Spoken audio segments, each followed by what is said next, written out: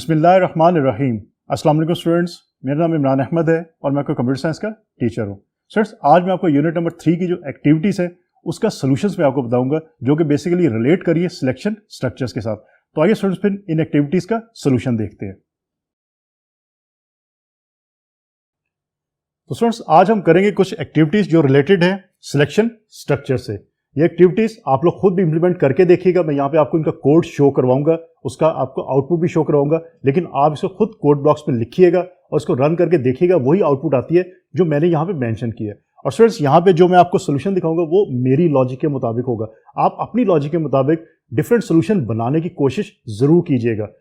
Solution के अंदर logic different हो सकती है, लेकिन इनपुट्स वही होंगी जो गिवन है, प्रोसेसिंग भी वही होगी जो यहाँ पे मौजूद है, और उसके बाद आउटपुट भी वही होनी चाहिए जो आपसे प्रॉब्लम में पूछी गई है। तो स्टूडेंट्स, पहली जो एक्टिविटी है वो देखते हैं। Activity 3.1, write a program that takes the age of a person as an input and displays teenager if the age lies between 13 and 19। अब इसमें क्वेश्चन को जरा समझिए। क्वेश्चन में क्या पूछा गया है? प्रोग्राम आपने लिखना है जो कि एज ऑफ ए पर्सन जो है वो इनपुट देगा एज ए, और अगर इनपुट जो एज है वो लाई कर रही है 13 और 19 के दरमियान, तो आपके आउटपुट स्क्रीन पे टीनेजर लिखा हुआ नजर आएगा, अदरवाइज कुछ भी लिखा नजर नहीं आएगा। तो स्टूडेंट्स, इसका प्रोग्राम देख लीजिए। It's a very very simple program, लेकिन मैं रिकमेंड करूंगा कि जब आप इसका प्रोग्राम लिखने लगे तो पहले आप खुद से लिखने की कोशिश करें, उसके बाद यहाँ पे जो सोल्यूशन मैं आपको दूंगा उसको फॉलो कीजिएगा और देखिएगा जो आपने लिखा है उसमें कोई गलती है तो वो गलती कहाँ पे है। तो देखते हैं फिर प्रोग्राम स्टार्ट करते हैं। वॉइड मेन से फिर हमने इंटीजर डेटा टाइप रखी और एज एक वेरिएबल डिक्लेयर हमने कर लिया।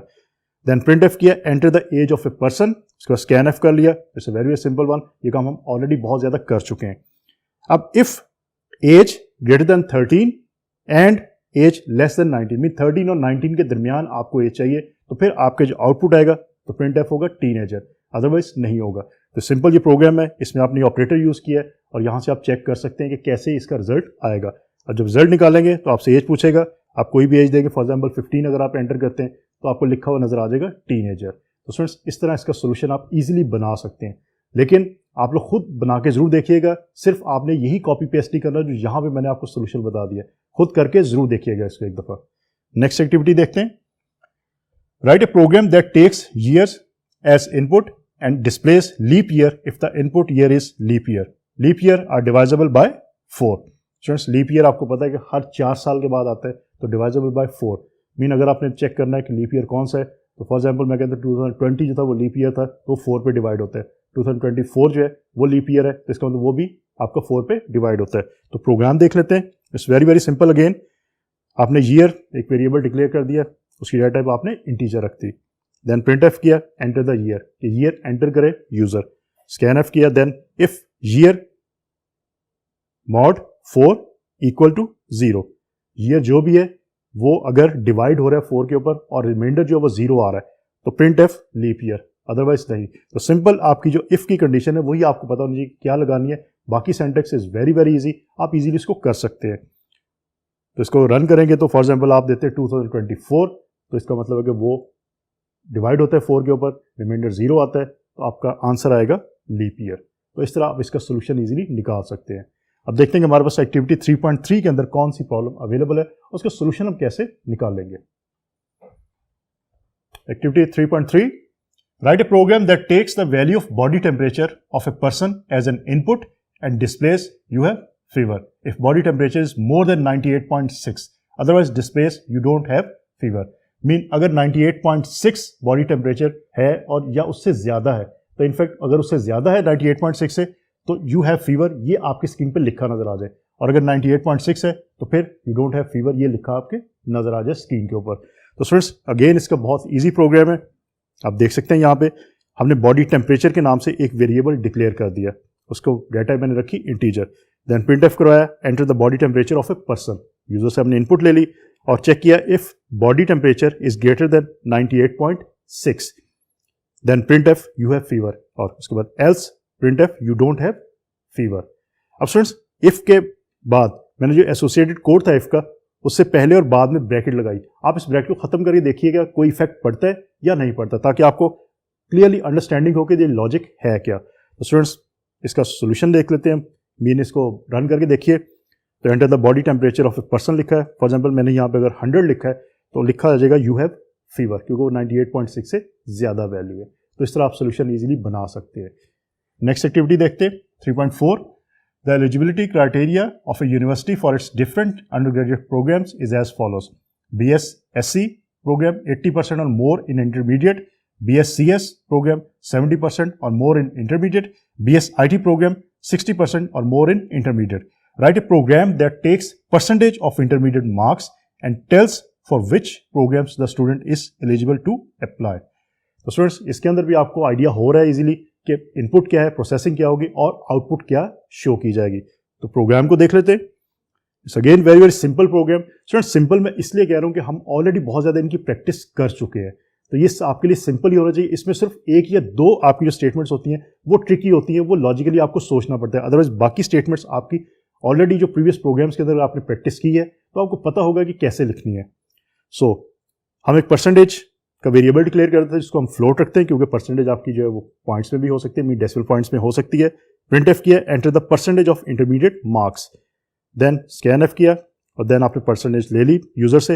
अब चेक होगा if percentage is greater equal to 80 तो प्रिंट एफ होगा student is eligible for BSSC program, जो कि आपको क्वेश्चन में या प्रॉब्लम में गिवन है। उसके बाद एल्स इफ होगा percentage greater equal to 70 and percentage less than 80 तो फिर प्रिंट एफ होगा student is eligible for BScs program. और एल्स इफ होगा percentage greater equal to 60 and percentage less than 70 तो student is eligible for BSIT program. तो students इस तरह percentage की बेस के ऊपर जो वो रिजल्ट कैलकुलेट कर सकते हैं। इसका अगर आउटपुट देखते हैं तो फॉर एग्जांपल अगर मैं 88% नंबर ऐड करता हूं तो लिखा आएगा student is eligible for BSSC program, क्योंकि 80% से ऊपर के जो स्टूडेंट्स हैं वो BSSC प्रोग्राम के लिए एलिजिबल हैं। तो स्टूडेंट्स इस तरह आप इनके सोल्यूशन जो आप ईजिली बना सकते हैं, लेकिन इसकी प्रैक्टिस जरूर कीजिएगा, खुद से बना के देखें, कुछ चेंजिंग करके देखें इसके अंदर, और फिर आपको आइडिया होगा कि कैसे आपने इन सिलेक्शन स्ट्रक्चर्स को अपने C प्रोग्रामिंग कोड के अंदर लिखना है और उनको यूज करना है। अब स्टूडेंट देखते हैं कि हमारे पास जो नेक्स्ट एक्टिविटी है वो कौन सी है। तो लेट्स सी। तो स्टूडेंट्स एक्टिविटी 3.5 को देख लेते हैं। Write a program that takes two integers as input and asks the user to enter a choice from 1 to 4। वो चॉइसेस आपकी ये अवेलेबल है 1 to 4। The program should perform operation according to the given table and displays the result. अगर user choice देते हैं 1 तो दो जो वैल्यूज हैं या दो इंटीजर्स जो आपने इनपुट किए वो ऐड होंगे। अगर यूजर चॉइस देता है 2 तो दोनों वैल्यूज आपस में सब्ट्रैक्ट होंगी। अगर 3 तो फिर मल्टीप्लाई होगा और अगर 4 है तो फिर डिवीजन होगी। तो इस तरह काम होगा। स्टूडेंट्स ये आपका सोल्यूशन थोड़ा लेंथी होगा, लेकिन आपने इसको स्टेप बाय स्टेप जब करना है तो आप इजीली इसको अंडरस्टैंड कर लेंगे कैसे ये काम हुआ है। मीन प्रोग्राम का जो कोड यहाँ पे आपको मैं शो करवा रहा हूँ, इस कोड को आपने डिवाइड कर लेना है और फिर इसको समझना है कि कैसे ये काम हो रहा है। मीन चॉइस 1 का कोड जो है उसको देखिए पहले, फिर चॉइस 2 को, फिर चॉइस 3 को और फिर चॉइस 4 को देखिएगा, क्योंकि चॉइस 1 का जो कोड है उसी से रिलेट कर रहे हैं चॉइस 2, 3 और 4। सिर्फ माइनर सा डिफरेंस होगा, वो आपको कोड के अंदर नजर आ रहा है। तो स्टूडेंट्स यहाँ पे आप देख सकते हैं आपने A और B दो इंटीजर्स जो है वो डिक्लेयर कर दिए वेरिएबल इंटीजर टाइप के, और चॉइस हमने एक और वेरिएबल डिक्लेयर कर दिया क्योंकि हमें चॉइसेस चाहिए, वो भी इंटीजर टाइप है। देन प्रिंट एफ किया हमने और उसके अंदर मैंने मेंशन कर दिया कि एडिशन के लिए चॉइस 1 है, सब्ट्रैक्शन के लिए चॉइस 2 है, मल्टीप्लिकेशन के लिए 3 है, डिवीजन के लिए 4 है। और देन उसके बाद मैंने लिख दिया एंटर योर चॉइस, ताकि यूजर को पता हो कि उसने क्या चीज एंटर करनी है। देन उसके बाद चॉइस एंटर होगी 1, 2, 3 और 4 में से कोई आप नंबर जो ऐड करेंगे। देन इफ चॉइस 1, अब इफ चॉइस इक्वल टू 1, अगर 1 यूजर ने इनपुट किया है तो फिर ये जो इफ चॉइस इक्वल टू 1 के अंदर जो कोड है ये आपका एग्जीक्यूट होगा। अगर 2 किया तो फिर 2 वाला होगा, 3 किया तो 3 वाला, 4 है तो 4 वाला जो वो एग्जीक्यूट होगा। लेट्स सी कि 1 वाला क्या है। एज्यूम करते हैं कि यूजर ने 1 जो है वो चॉइस में दिया है, इसका मतलब एडिशन होगी, तो मैंने यहां पे एक एडिशन का जो वेरिएबल है वो डिक्लेयर कर दिया।